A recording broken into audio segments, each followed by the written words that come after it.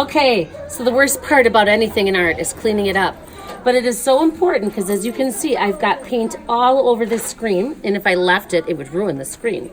So right down here, I've got these little tiny levers. Pay close attention to what you do with these, because if you lose them, our screen is ruined. I pull the screen off, and I'm gonna bring this over to the sink. Now in bringing this to the sink, I'm just gonna run some water on it, use my sponge to make sure I get all that ink. Now, if it stains, it's okay. It stains the wood, I'm not worried about that. But I am worried about really getting this ink through the screen so that the next person can use it without having my print left behind. So I'm not pushing hard. I don't want to push through the screen, but I am just gently scrubbing it, rinsing it.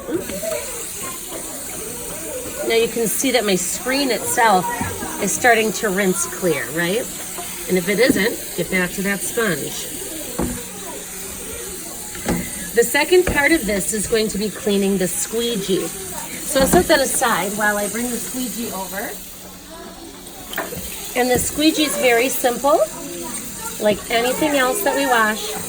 Make sure you get the edges, top and bottom.